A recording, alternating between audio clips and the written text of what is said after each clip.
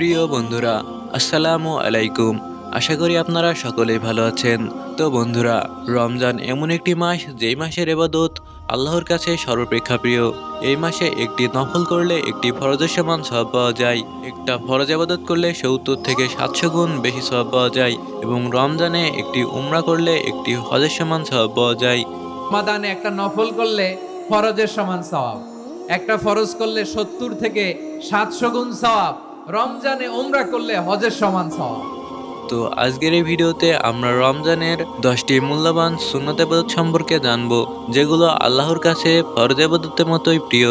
তো বন্ধুরা, আপনি যদি রমজান মাস এবং আল্লাহকে ভালোবাসেন তাহলে অবশ্যই ভিডিওটিতে একটি লাইক দিয়ে চ্যানেলটি সাবস্ক্রাইব করে রাখবেন। নাম্বার 1, রোজাদারকে ইফতার করানো। রোজাদারকে ইফতার করালে রোজার সওয়াব অর্জিত হয়।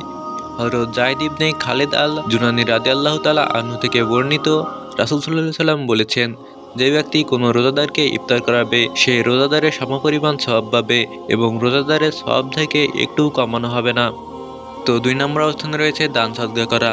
উদারতা ও মহত্ত্বের শিক্ষা দেয় পবিত্র মাহে রমজান। রমজানের দান সদকায় অফুরন্ত সোয়াব। হযরত ইবনে আব্বাস রাদিয়াল্লাহু তাআলা আনহু বলেন, রাসূলুল্লাহ সাল্লাল্লাহু আলাইহি সাল্লাম সর্বাপেক্ষা দানশীল ছিলেন। তার দানশীলতা বহুগুণ বর্ধিত হতো পবিত্র মাহে রমজানে, যখন জিবরাইল আলাইহিস সালাম তার সঙ্গে দেখা করতেন। অসহায়ের প্রতি সাহায্যের হাত সম্প্রসারিত করে বিপুল সওয়াব লাভের সর্বোত্তম সময় হচ্ছে মাহে রমজান। অনেক গরিব দুঃখী মানুষ আছেন যারা সাহারি ও ইফতারের সামান্য খাবারও জোগাড় করতে পারেন না। বছরের অন্যান্য সময়ের তুলনায় রমজানে তাদের দুঃখটা খানিকটা বেড়ে যায়। এই ধরনের মানুষের প্রতি সাহায্যের হাত বাড়িয়ে দেওয়া প্রতিটি মুসলমানের ঈমানি কর্তব্য। এই কর্তব্য যারা পালন করেন তাদের প্রতিদান সম্পর্কে আরেক হাদিসে রাসূল সাল্লাল্লাহু আলাইহি সাল্লাম বলেছেন, যে ব্যক্তি হালাল কামাই থেকে একটি খেজুর পরিমাণ সাদকা করবে, আল্লাহ ডান হাত দিয়ে তা কবুল করবেন। এরপর আল্লাহ দাতার কল্যাণার্থে তা প্রতিপালন করেন, যেমন তোমাদের কেউ অশ্বশাবক প্রতিপালন করে থাকে। অবশেষে সেই সাদকা পাহাড় বরাবর হয়ে যায়। বুখারী, হাদিস নাম্বার 1410। নাম্বার 3, রাত জেগে ইবাদত। রাত জেগে ইবাদত আল্লাহ আলাদের আমল। সলফে সলিহিনরা রাতের ইবাদত বেশি প্রাধান্য দিতেন। বিশেষ করে রমজান মাসে এটি সুযোগ হিসাবে গ্রহণ করতেন, কারণ এতে গুনাহ মাফ হয়ে যায়। রাসূল সাল্লাল্লাহু আলাইহি সাল্লাম বলেছেন, যে ব্যক্তি রমজানের রাতে ঈমান সহ পুণ্যের আশায় রাত জেগে ইবাদত করে তার আগের গুনাহ ক্ষমা করে দেওয়া হবে। কারো কারো মতে এখানে রাত জেগে ইবাদত করার দ্বারা উদ্দেশ্য করা হয়েছে তারাবির নামাজকে। তারাবির গুরুত্ব ও ফজিলত অনেক।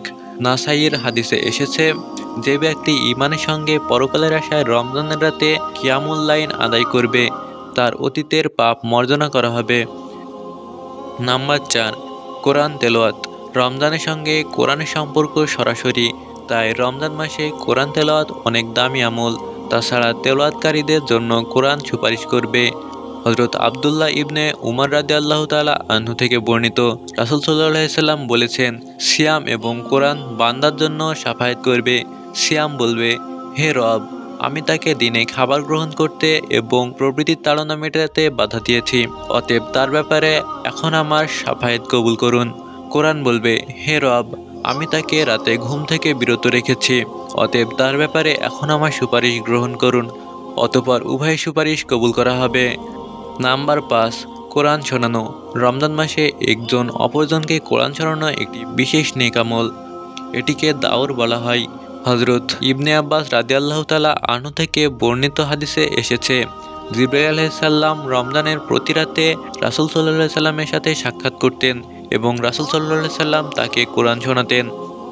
নাম্বার 6, রমজানের সেই দশকে ইবাদত বাড়িয়ে দেওয়া। হযরত আয়েশা রাদিয়াল্লাহু তাআলা আনহু বলেন, যখন রমজানের সেই দশক আসতো তখন রাসূল সাল্লাল্লাহু আলাইহি সাল্লাম তার লুঙ্গি কষে নিতেন এবং বেশি বেশি ইবাদতের প্রস্তুতি নিতেন এবং রাত জেগে ইবাদত করতেন এবং পরিবার পরিজনকে জাগিয়ে দিতেন। সহিহ বুখারী, হাদিস নাম্বার 2024।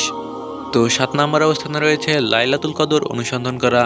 পবিত্র রমজানে এমন একটি রাত আছে যা হাজার মাসের চেয়ে উত্তম। পবিত্র কোরআনে মহান আল্লাহ বলেন, নিশ্চয়ই আমি কোরআন অবতীর্ণ করেছি কদরের রাতে।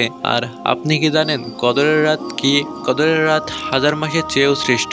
সেই রাতে ফেরেশতার রূহ অবতীর্ণ হয়, অর্থাৎ হযরত জিবরাইল আলাইহিস সালামের প্রত্যেক কাজে তাদের প্রতিপালকের অনুমতিক্রমে। শান্তি শান্তি সেই রাতে ফজরের সূচনা পর্যন্ত। তাই সৌভাগ্যবানদের কাতারে জায়গা করে নিতে প্রিয় নবী সাল্লাল্লাহু আলাইহি সাল্লাম এই রাতের সন্ধান করার ব্যাপারে বিশেষ নির্দেশনা দিয়েছেন। আয়েশা রাদিয়াল্লাহু তাআলা আনহু বলেন, মহানবী সাল্লাল্লাহু আলাইহি সাল্লাম বলতেন, তোমরা রমজানের সেই দশকে বেজোড় রাতে লাইলাতুল কদরের অনুসন্ধান করো। সহিহ বুখারী হাদিস নাম্বার 2017। নাম্বার 8, সামর্থ্য থাকলে উমরা করা। উমরা যে কোনো সময় করা গেলেও রমজানে উমরার ফজিলত অনেক বেশি। রাসূলুল্লাহ সাল্লাল্লাহু আলাইহি সাল্লাম বলেন, রমজান মাসের উমরা সওয়াবের ক্ষেত্রে হজের সমতুল্য। ইবনে মাজাহ হাদিস নাম্বার 2991। নাম্বার 9, ইতিকাফ করা। রমজানে ইতিকাফ একটি মহান ইবাদত। এই ইবাদতে জাহান্নাম অনেক দূরে সরে যায়। হযরত আয়েশা রাদিয়াল্লাহু তাআলা আনহু বলেন, রাসূল সাল্লাল্লাহু আলাইহি সাল্লাম রমজানের সেই দশকে ইতিকাফ করতেন। সহিহ বুখারী হাদিস নাম্বার 2026। অন্যদিকে আরও এসেছে, যে ব্যক্তি আল্লাহর সন্তুষ্টির উদ্দেশ্যে একদিন ইতিকাফ করবে, আল্লাহ তাআলা তার ও জাহান্নামের মাঝে 3 পরিখা পরিমাণ দূরত্ব সৃষ্টি করবেন। নাম্বার 10, দোয়া, জিকির, ইস্তেগফারে মগ্ন থাকা। হযরত আবু হুরায়রা রাদিয়াল্লাহু তাআলা আনহু বলেন, রাসূল সাল্লাল্লাহু আলাইহি সাল্লাম বলেছেন, 3 ধরনের লোকদের দোয়া কখনো ফিরিয়ে দেওয়া হয় না। 1, রোজাদার যখন ইফতার করে। 2, ন্যায়পরায়ণ শাসকের দোয়া। 3, মজলুমের দোয়া। মজলুম ব্যক্তির দোয়া আল্লাহ মেঘমালার উপর উঠিয়ে নেন, এজন্য আসমানের সব দরজা খুলে দেওয়া হয়। আল্লাহ তাআলা বলেন, আমার ইজ্জতের কসম, আমি তোমাকে অবশ্যই সাহায্য করব, যদিও তা কিছুকাল পরে হয়। তিরমিজি হাদিস নাম্বার 3598। রাসূল সাল্লাল্লাহু আলাইহি সাল্লাম আরও বলেছেন, মহান আল্লাহর কাছে দোয়ার চেয়ে অধিক সম্মানিত কোনো জিনিস নেই। ইবনে মাজাহ হাদিস নাম্বার 3829। তো যারা যারা উপরোক্ত আমলগুলো রমজান মাসে করতে চান, তারা অবশ্যই কমেন্টে আমিন লিখবেন। তো দেখা হচ্ছে পরবর্তী কোনো ভিডিওতে। ততক্ষণ পর্যন্ত ভালো থাকবেন, সুস্থ থাকবেন। আল্লাহ হাফেজ।